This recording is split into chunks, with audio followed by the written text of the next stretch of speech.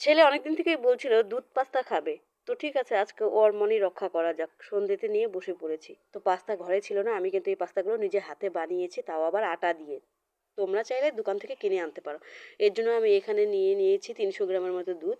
তো এটা জাল হয়ে গেছে, এখন একটা একটা করে পাস্তাগুলি আমি দিয়ে দিচ্ছি। তোমরা যদি পাস্তার ভিডিও চাও কমেন্টে জানিও, আমি অবশ্যই পরের ভিডিওতে দিয়ে দিব আমি পাস্তাগুলো কী করে বানালাম।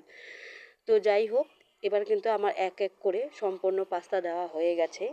তারপরে দেখো আমি ভালো করে জাল করে নিচ্ছি, কারণ যেহেতু এটা আটা দিয়ে বানানো একটু বেশি করে জাল করতে হবে।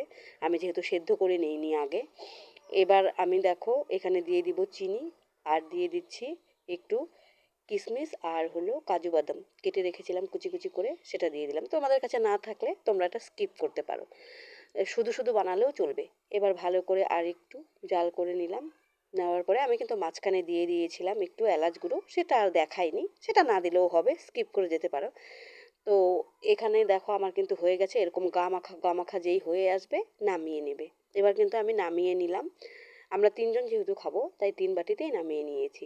ছেলে মেয়ে বলছে মা তুমিও একটু খাও। আমার যদিও অতটা ভালো লাগে না, তবে একবার বানিয়ে খেয়ে দেখবেন বেশ ভালোই লেগেছিল খেতে, হেব্বি।